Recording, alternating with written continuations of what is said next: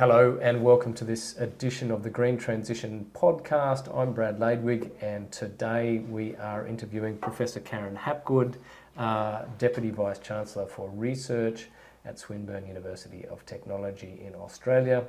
And we're recording this episode in Paris in France. So Paris is not far from Luxembourg, so it wasn't far for us to come here today. But Karen, it's quite a distance from Australia, so why don't you tell us how you got to be here in Paris today? Yeah. Thanks, Brad. So I'm here because Swinburne is part of the Franco-Australian Centre for Energy Transition. It's a collaboration between Swinburne, CEA and University of Grenoble, funded by the French and Australian governments. And there's a symposium later this week in Grenoble in a different part of France that I'm en route to see how the collaborations are going between industry and academia and those three institutions, and see what we can do for reducing climate impacts and energy transitions. That's quite an answer. There's a lot to unpack there. But let's go right back to the beginning about why you and I are together in this room. So you and I have worked together since many years, and actually we studied at the same university, University of Queensland, both proud chemical engineering department alumni from that great institution. And then we even worked together at another great university in Australia, Monash University, again in the chemical engineering department. And you were my head of department there for a couple of years before your career moved on and onwards and upwards. Our careers moved onwards and upwards, to be later fair. mine moved onwards and upwards as well.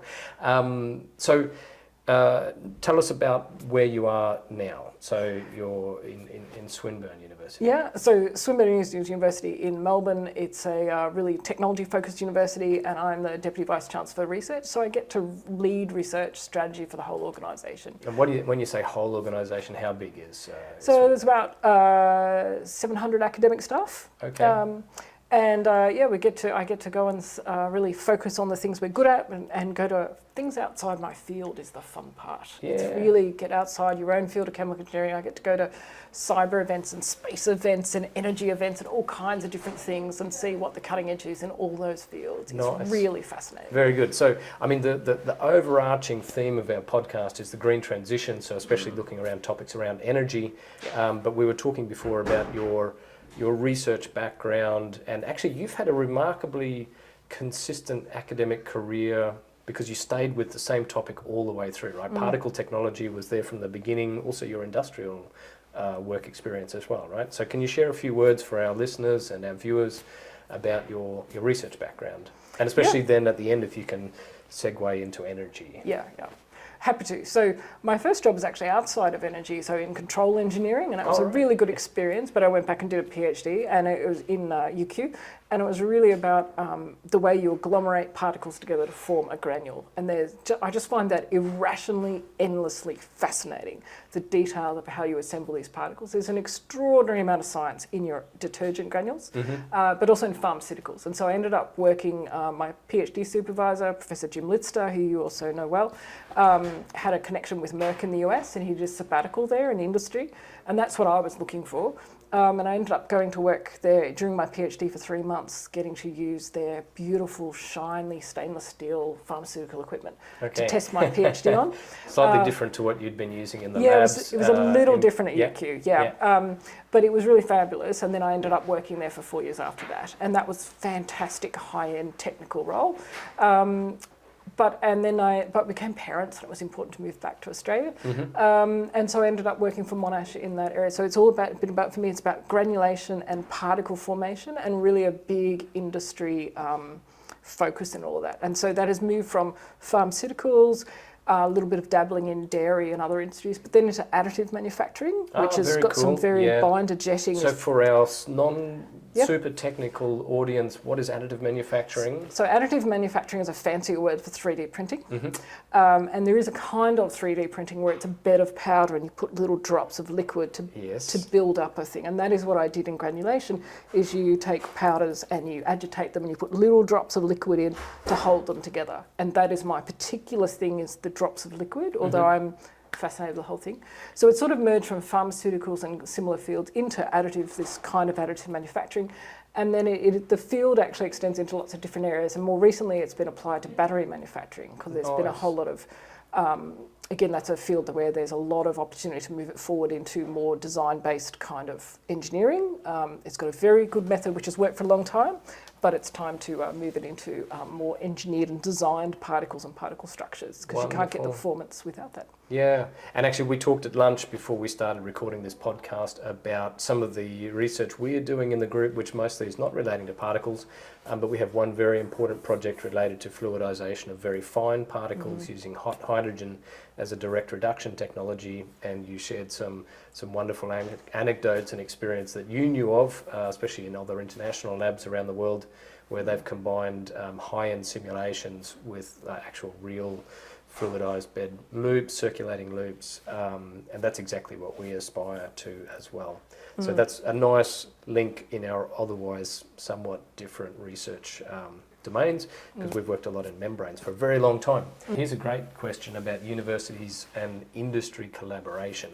So we're very interested in this because in this podcast we talk about the green transition, and we think that, well, I think as the person, the host here today, that most of the transition will happen in companies, because really it's companies that launch products, that offer services, that engage with end users, and to be honest also create a lot of the emissions, right? So they have to bring new products, they have to develop new services, they need to engage with their customers, their users, in new ways, in better ways. But the universities still have a really important role in that story that's already underway and has been for a long time and has a long way yet to go. What do you think the role of universities is in that, the green transition that involves industry? What's the role for universities there? So all of the new energy technologies largely start from new ideas coming out, and they can exist in, and there are some excellent researchers in industry, but a lot of them will also come from universities, and people have a crazy idea that just might work, and you can never really get that going, in a company, except for a very few famous companies. But as the technology, we have a view that often is about universities. There's an idea and it goes to industry, so research and industry collaboration. But my experience as an industrial researcher in the pharmaceutical industry actually shows that some of the best ideas also come from industry figuring out what is the next thing you need and coming back. Yeah. And without that circle, you need it in both directions. And so that's what's sometimes lost in the conversation. The most innovative companies that you see and you get to get a foot in the door of actually have a really seamless collaboration between the experts in their field wherever they are, and sometimes the experts are experts in industry at industry events, sometimes they're in universities, sometimes it's a hybrid of the two, or spin-outs and startups. So you need all the different people looking at all the way along the life cycle of transition, and every time you solve one problem, a new problem arises that needs a new solution. So I think that the backwards and forwards, it's about the exchange and the information that we've got to keep going. We need a mutual respect for that to work. Yeah, I could only agree with that. Like the two-way discussion is really important. So we're both on the same page there. So the next question is, like, how is that physically realised in your context in Australia? Where do these two-way discussions happen? What kind of formats do they happen? Yeah, they do, but they're never. It's when you see one that's working, it really stands out. There's some that are just effortless, and they come together because there's genuine trust and respect on both sides, and you can really see that people respect the different skills that everybody has and the different perspectives, and they're aware of the sometimes different pressures that each side of that combination have. That does not mean that university has to care about the publications, but they just need to be aware that for some reasons you need to do some things for other purposes in your whole career. It's not our only business at universities, right? Which is to work with industry on solving their needs or feeding a pipeline of technologies into them. We discover new knowledge, we train people, we teach, we challenge ideas in society, we do a lot of things other than this, but that's very valid. Yeah. And so the ones that really work get past what is in the contract or agreement, and it's just people really collaboratively working in different ways. So and when you know it, you know it when you see it. You know it when you see it. It's hard to form from just a contractual arrangement. Yeah. Really I have two observations. One, physical manifestation that I see that works really well is when graduates from the university join a company, especially graduates with a higher degree. Maybe they've done a PhD in an engineering department, they go and join an industrial company in our country, Luxembourg, for example. They then have the full depth of understanding and awareness on both sides. They've seen how research is done in the university, know the talents that we have, the equipment that we have, the capabilities, but also the way of working. They know the pressures in industry, they know the realities, they know the language, they know the working methods. So those people I see as really great bridges, our graduates that go out. Where I see a bit more of a challenge is, we often recruit new staff to the university from outside the country. And every university wants to do that, bring the best people in the world. That's sensible. How do you get those people plugged in to these industry networks? And how do you do it quickly and effectively? Sometimes it's easy because they are well-known experts in the field and people are delighted they're coming in and knocking on the door, but not everybody has that luck of that sort of scenario. So it's partly about introductions and mentoring, getting involved in other projects and getting involved in not just mentoring for early career, but just that sense of connecting people and finding out how does the companies or what's the industry priorities here and what are they looking for, understanding that local culture. But it's also about incentivizing and really making sure it is actually something you want people to do, that message is really clear from the institution, because there's a lot of lip service. We want to work with industry, but we only value nature papers. I mean, you've got to avoid that combo.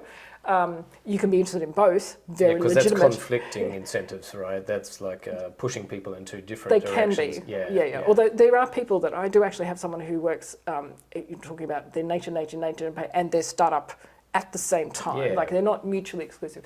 But it's really about being clear about what's valuable. But you've also got to be there in the room to have the collaborations and to understand what people are talking about. It's not, you can't just do it from a few meetings of what's your problem, let me see if I can solve it.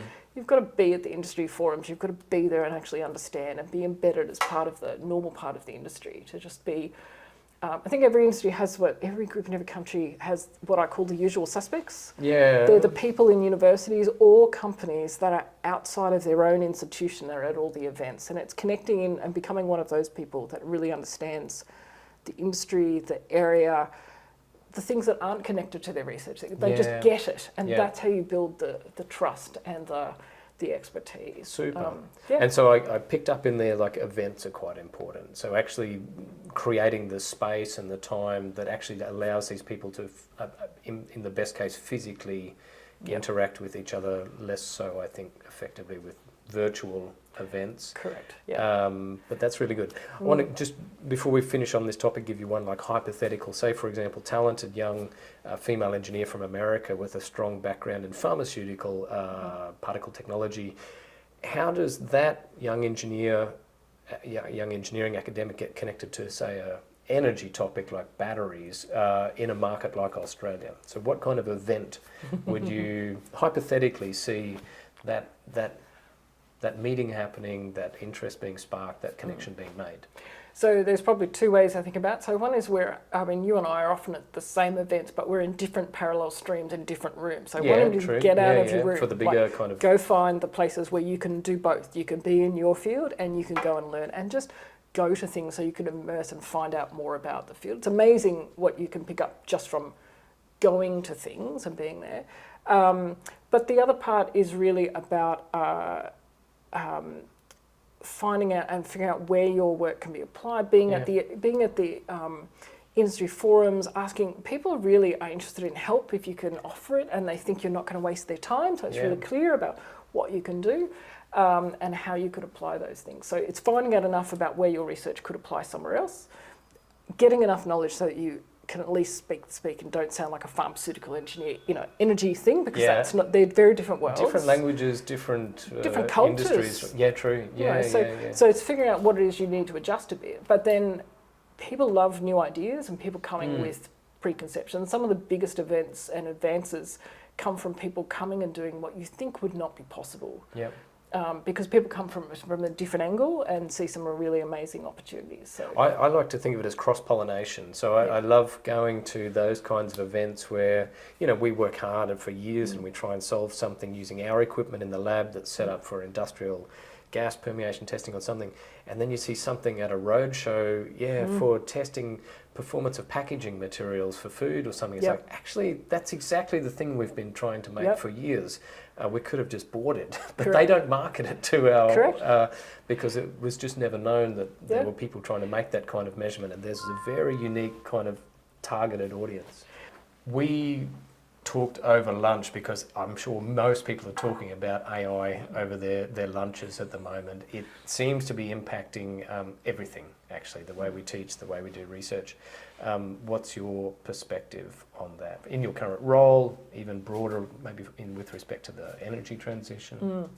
So look, there's certainly a lot about AI in everything, and some of it is renaming things that have existed for a long time. There's been some pretty advanced computing control systems that do predictive and that are now AI enabled, or and rebranded as AI tools. I've taught about that for 10 years. So there's a little bit of magic in the air, but the new generative AI and the things that are moving forward is enormous. I think for one of the things it is really good at is it will be able to just speed things up. For a lot of people, it levels the playing field a little bit. But I think because if you're, it's like an assist for people to be able to catch up with or get a bit of a crash course in things more quickly. Although it's only a crash course, it's not a detailed knowledge course. And I think the other part of AI is really that sense of the whole scale of knowledge, but really thinking about what does it actually mean and how it can apply. So it's very good for moving fields. Yes. It's very good for translating and thinking about those things. But there's a lot being done with things we already know. It's quite good at predicting what we could do in future, but there's a lot of things about the inspiration of cross-field, seeing something from one field and then realising it could be used somewhere else. That's a human thing. So I want to ask you if you share my perspective on one part of AI. So, I've been exploring the capabilities of some of the tools, and I think that even if we froze the development of the field today in the daily business of what we do, which is teaching and research and impact on industry and society, it would still take us years, myself and my colleagues, the research group, to even get to the point where we could use 70 or 80% of what the tools are capable of today. And then I think, we spend 2 or 3 years, we skill our people up, we make them aware, we train them. In those 2 or 3 years, the tools have moved forward even further. And so I have this sensation that, just me personally, I can definitely speak for myself, I'm way behind the curve and I'm not getting closer to the curve. The curve's getting further away from me, even though I'm making a conscious effort to move up and catch it. How does that work when you think, you lead 700 researchers? Like, are they approaching the curve, or...? It's mixed, right? So, and there is a saying that today's AI is the worst AI you'll ever use. Like every day, it's going to be better. Like today's the worst AI is today. So, it's moving those things forward, and it's quite hard. But I also think that the current scale of where it's going, it will, in terms of very large language models, it's broadening up out at the moment. It will actually... you think it'll have a convergence? Because it'll be more corporate, it'll be more confidential, it will come in, it'll be more local and specialised.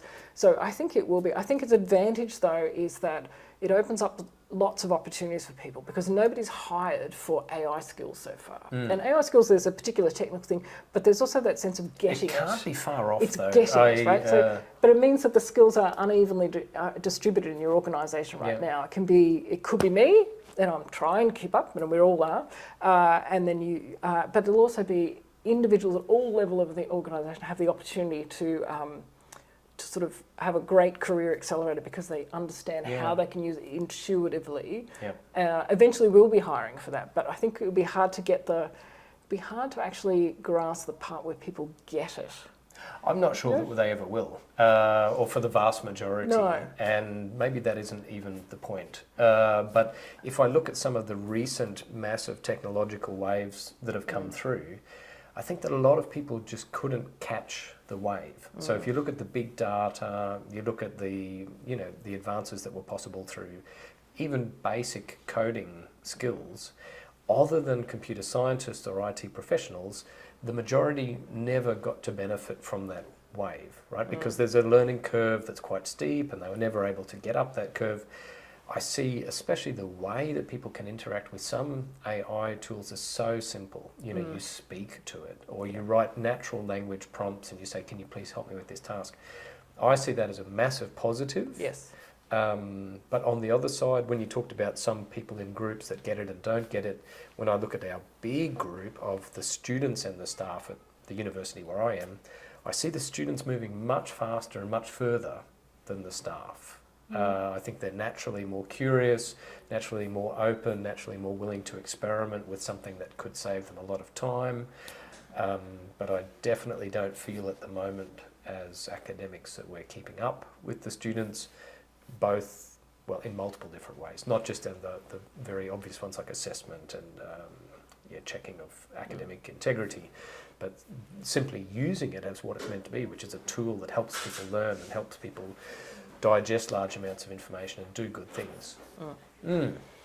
Yeah, well, I do think that staff are moving forward and all of us are learning different ways. I think it's really about when it starts to impact emails and responses, things. That's when we'll really see it step forward.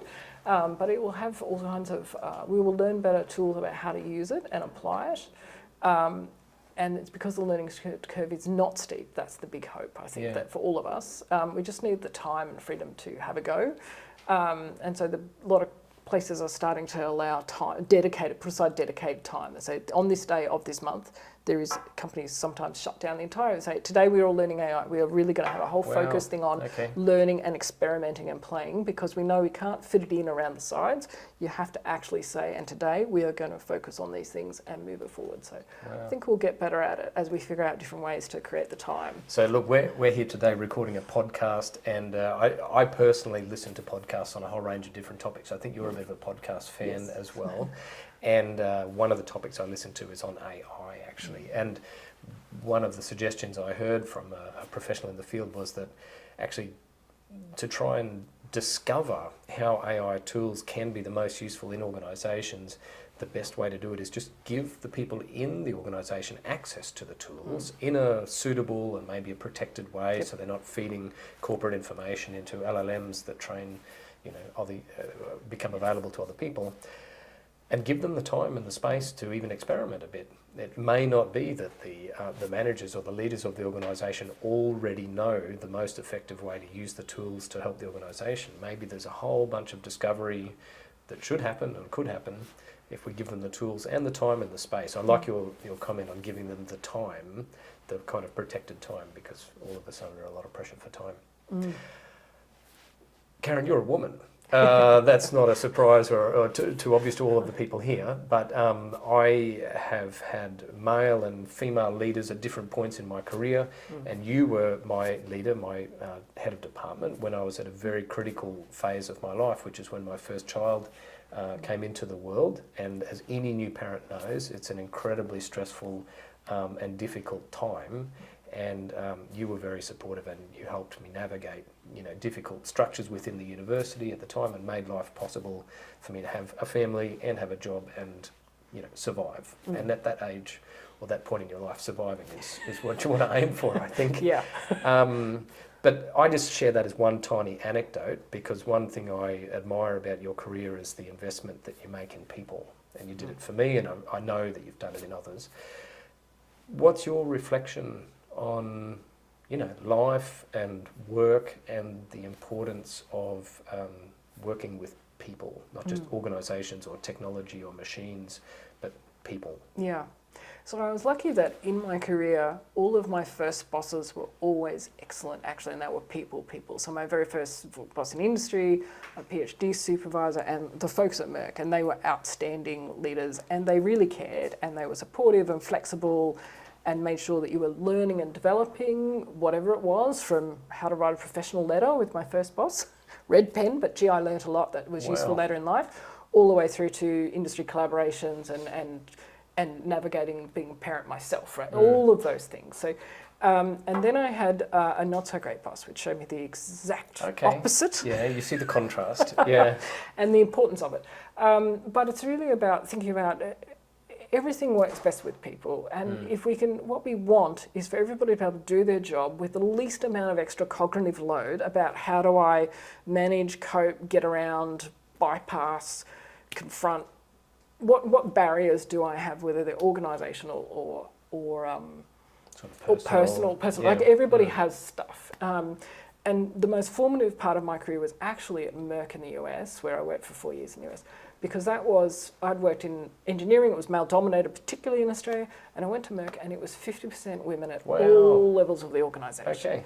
And for 4 years, I was just normal. Yeah. I just had to work part on of my the career. other half. Yeah. And I didn't have to go to any special meetings to have gender equity and representation. I didn't have to fight any HR or try and advocate for change. I didn't have any running with jerks. I didn't have to look after anybody else who had running with jerks. Like, it was just magic. It was amazing. And then I came back home and I got a reality check of what things were actually like still. But that formative experience of having an excellent boss and an excellent work culture, because everyone there wasn't quite utopia, but it's the closest I've ever seen or really heard of realistically, of places where they really wanted the best minds being able to do what they needed to do with the least obstructions. And that applies whether you're in industry and academia as well. And academia is particularly stressful because it's kind of like your own business. Yes. Like, it's you, it's the Karen Hapgood show, it's the Brad Ladewig show, and you've got you do try and drive forward your own group, income your own work. and market, like everything. It's very similar to owning a small business. It's not, and it's quite different to working in a corporate world where I could be stressed about work, but at the end of the day, it's the company's problem. It might be my problem, but there's a distance. Whereas when it's an academic, it's all you. It is. Your class, your research, I mean, everything is you, and there's no shortage of negative feedback. Yeah. You know, there can be positive feedback too, that if the students don't like you, they will, through your class, they will let you know. Yeah. If your paper has got some deficiencies, believe me, 3 people will write to you in the review process and tell you exactly all the things you overlooked. Can be quite brutal. Grants. Like, you know, there's no shortage of negative feedback. They can be positive.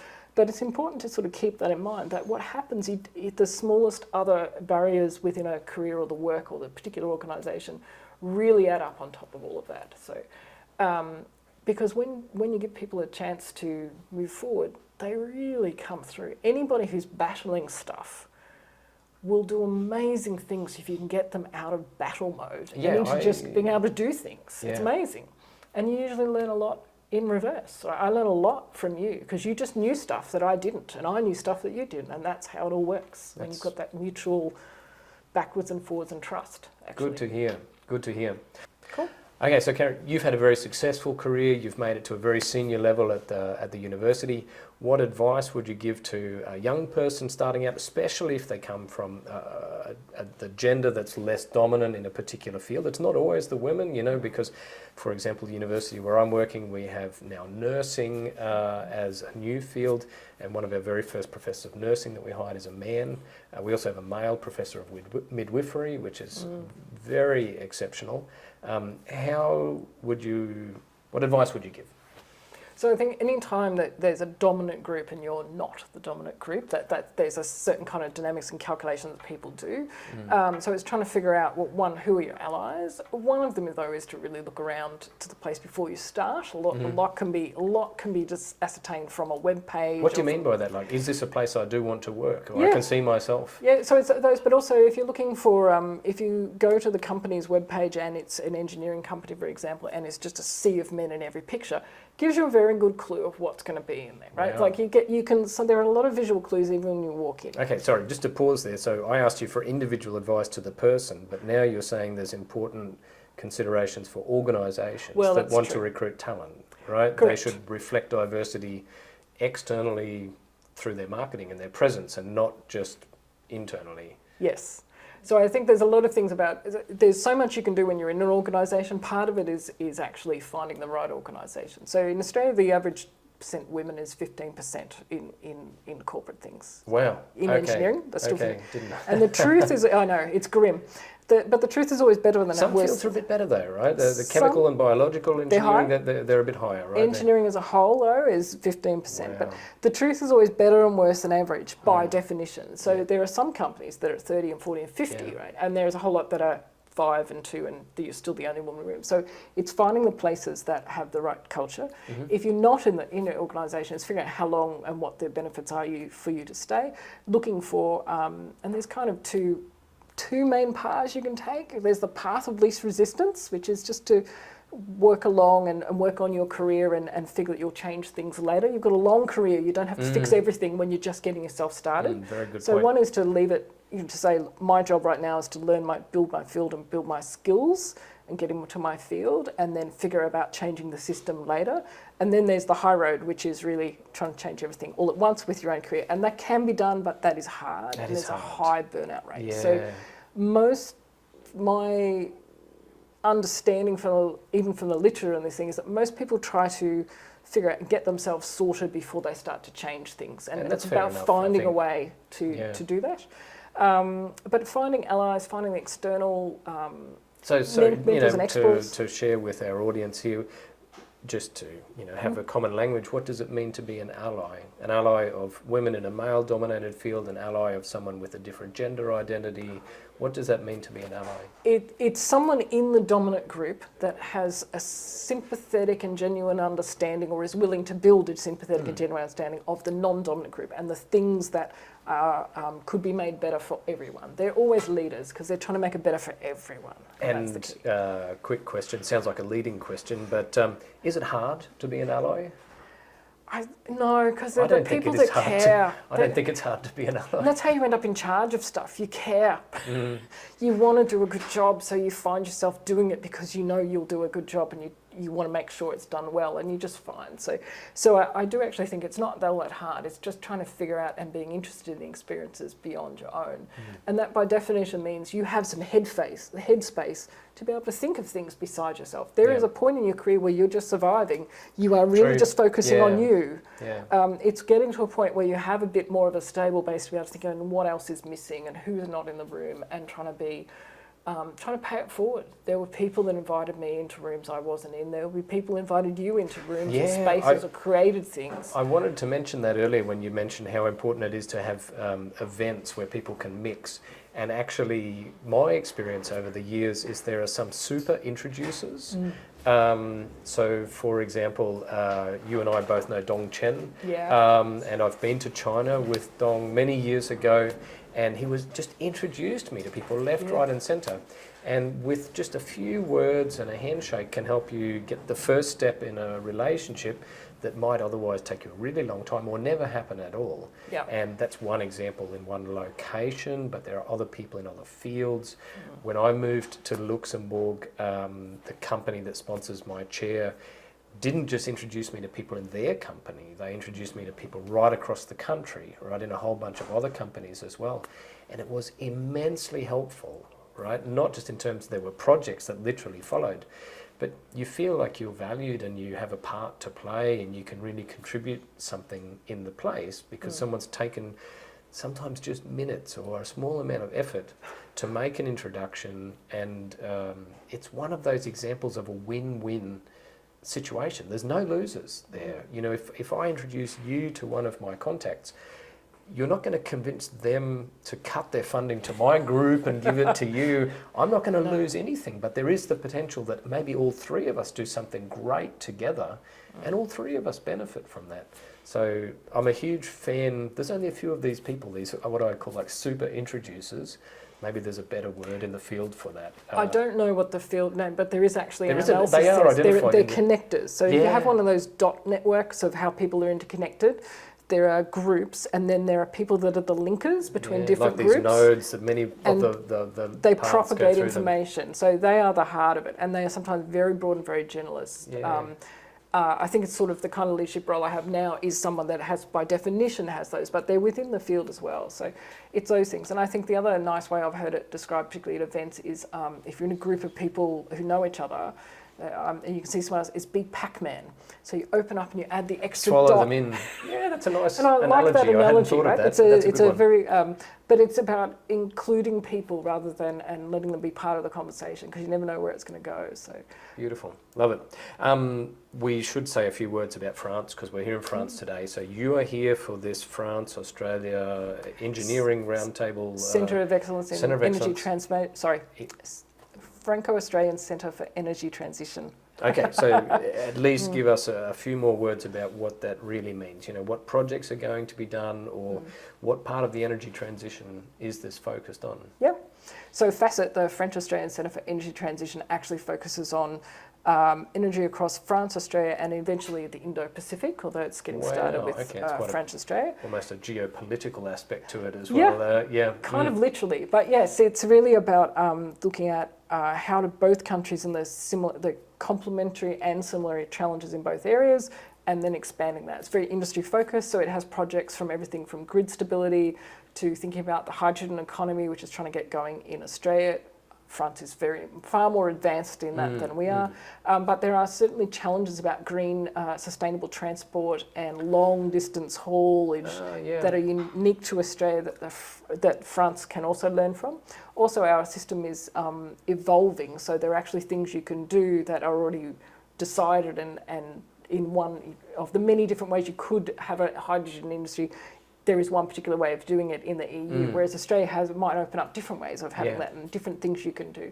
But some of the challenges are different, and some of them are very much the same. So social license, people's understanding, trying to get the transition, get companies and governments to move forward and lead that transition. So there's a remarkable lot of similarities, but also things we can learn from each other as we go forward. So one statistic that really surprised me recently is the rate of change of the overall energy system in Australia, which, to my shame, in the past has not been particularly rapid. I left Australia about 10 years ago, and they were burning a lot of coal and exporting even more, and then exporting a lot of gas and these things.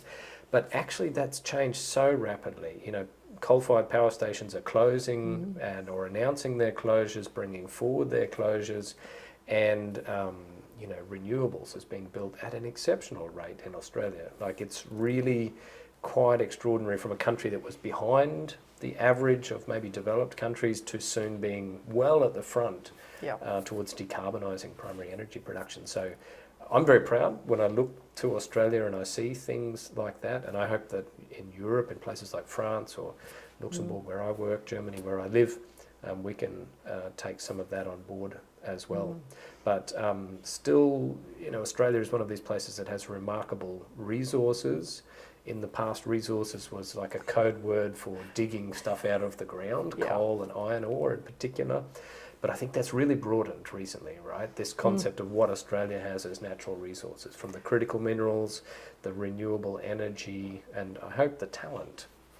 Yeah, so I was trying to build all of those things, and Australia it has an enormous penetration of solar and solar rooftops going forward, and a lot of wind. So there's a huge amount of transition in the wind industry. But it also means that then it creates challenges for grid, which is meant to have a central point. Yeah, the grid wasn't designed that way, was it? On vast distances in Australia, and now suddenly there's power coming out from the far extremes coming in, and how do you manage that, build and that? these distributed batteries have kicked off just in the last months, or even since the election of the current government in Australia. The household battery installation has also rocketed. So that should be a positive impact on the grid stability story. It's a big transition, and so there's people are leading it. It's interesting that it's being led a lot by individual households rather than government initiatives. Democratising social licence. It's lovely. Buy-in. But it's not without its challenges either. But it's really that sense of moving forward and learning what we can about it is vast distances, and there are differences between the situation in Europe, where you've always got enough customers to make things feasible. True. Yeah, there's a different density. Yeah, it's huge. So there's unique challenges as well. So it's great to see it moving forward, but it's a political thing that comes and goes, and so hopefully there'll be enough sustainability that will, you can't backtrack too far and keep things moving political forward. Cycles. So for our listeners, I'm in Europe where we often have 4 or 5 year government or political cycles.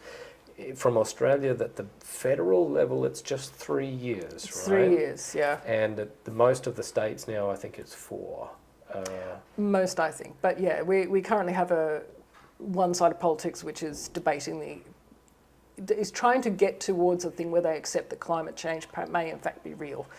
So it's quite a disparity between the two, actually. So it's quite a complicated matter. No more complicated than politics in Europe, to be fair. No, let's leave politics right out of this podcast. Actually, let's stick to the green transition. Not saying it's not relevant, because of course it's extremely relevant, controversial. but it could be a podcast in itself. We have a few quick questions at the end to wrap things up. So if you could recommend a book or a paper to someone that's starting out, what would you recommend? Maybe not quite so much for someone starting out, but the one or to anyone in general. To anyone, yeah, the book that I recommend that is most loaned out, that I actually routinely lose track of and then it makes its way back to me, is a book called The No Arsehole Rule by Bob Sutton. So he's a researcher in America. So if you've ever got work for a jerk, this is the book that explains what's happening and why. It's very pragmatic, and if you don't use it, it's someone else that you always know someone that's having a lot of trouble. It's very clear. He's an organisational guy who's worked in industry and academia and understands the dynamics of why people behave badly, what they get at, and how to think about it, respond, and deal with it. It's a very useful book, and generally I have conversations with people talking about having a rough time because they're working with a jerk or for a jerk. And I say, you need to read this book. It's a little bit like therapy and people love it. So that's my most, the Karen Hapgood personal library wanderer is The No Arsehole Rule. You will never forget it once you read it. Very good. What's the most underrated skill? The question we had prepared was most underrated skill in research leadership, but I would just say in all kinds of leadership roles. Most underrated skill. I think most organisations would run a lot better if everybody studied Aesop's fables, and in particular, The Emperor Has No New Clothes, Emperor's New Clothes, and The Boy Who Cried Wolf. Wow, okay. If we had both of those, a whole lot of things would actually be better. If we could, those two things I think are underrated skills, to be able to call what you see and be brave enough to say it, and the idea of only saying it's a crisis emergency when it's really actually a crisis or emergency. Those two, they would make such a difference. So. Okay. Is there a lab habit, so something from your research experience in the lab that you would bring into the boardroom or the Senate room or the rectorate, we would say at our university, the Vice-Chancellor's office? Which skill from the lab would you bring to corporate leadership or organisational leadership? Yeah, I think it's sort of like lab books. The idea of keeping very clear notes of what happened and when and what you're doing so that you can follow along, because it's for different reasons in the lab. It's really because you've got continuity of what you did and proving you really did what you say you did. But also you've got different projects on the go. And when you're in the corporate world, really, or any kind of leadership role, there's just so many things going on at any given moment. Keeping track of what happened. It's quite extraordinary, right? Is really useful and readable. Is the other part. So, and this is harder, but writing scrawled notes usually doesn't help you later. So trying to keep accurate, whatever kind of way you take notes, that sense of what actually happened. Don't hold back. Tell us your actual secret. How do you document and record in a readable way your progress on all the different parallel topics you're working on? Tried different things. My secret at the moment is just I've found the notebook that works for me and that I'm encouraged. I think a digital notebook. I've had digital ones. This one's paper at the moment, but I've tried digital. I had digital for a long time, but the technology kept getting faded out. So the one I really liked was the e-paper one. The one where it's actually got a camera in the pen and dots on the paper, and it syncs with online, so you actually get your whole notebook with your handwriting up there. You've got a physical book that you're writing with an actual pen. Wow. But it also that was fantastic. Live pen, that was fantastic. But the technology was not, the Wi-Fi was not compatible with secure networks, is the heart of it. So no. It died. But it couldn't be supported in your environment. No, it eventually got phased out. But that was the perfect, these sort of remarkable type things are close, but not quite the same. It was an actual notebook, so that was really cool. Okay. Well, thanks for the advice. For our listeners.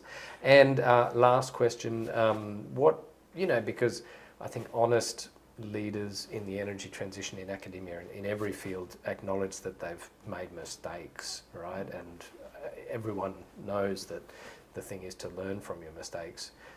So what, if you don't mind, what would be a mistake or something that happened earlier in your career that you really learnt from and it paid off later? So there's always things that you remember forever.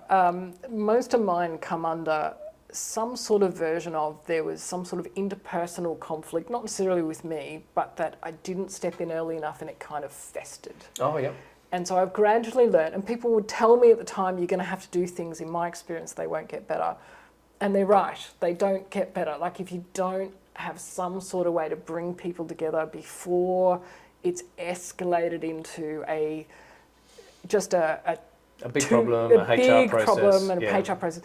That sense of when you see people and they can't get aligned and they've got to work together, and you keep thinking they're going to sort it out. My thing is that generally they won't, and that can actually, you really regret not being able to sort of step in earlier to be able to, because I can see both sides. You can often see where it's coming from, but finding the time to be able to try and get people aligned or to be able to understand the alternate points of view. Because when you've got very different people with different skills, that's the power play. If you can get them to work together, that's the most amazing thing. Then you enable a lot of productivity. But it also can also be a disaster if it goes wrong. So it's just those things where I've just hoped it would work out or assumed that they would work it out, and then underestimated that dramatically how badly it could go. So yeah, you do spend a lot of time sometimes in HR personal dispute resolutions, because you could see it was festering, but I didn't step in early enough, and by the time it's escalated to you, it's too late. Wow. That's the thing. So that's my main thing. And that's hard, and it doesn't always work even when you do, but to try.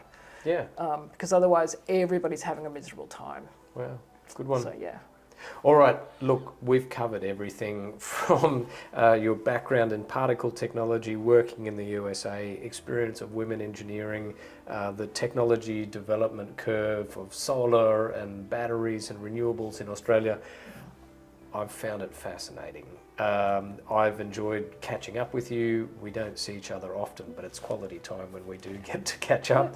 And I'm really grateful that you agreed to be a guest on our podcast. I look forward to keeping in touch for many more years to come. So thanks very much, Karen. Thanks, Brad. Been a pleasure. Congratulations, you've made it to the end of this rather long but very interesting episode of the Green Transitions podcast. Thank you for listening. Please subscribe and leave a comment on your platform of choice.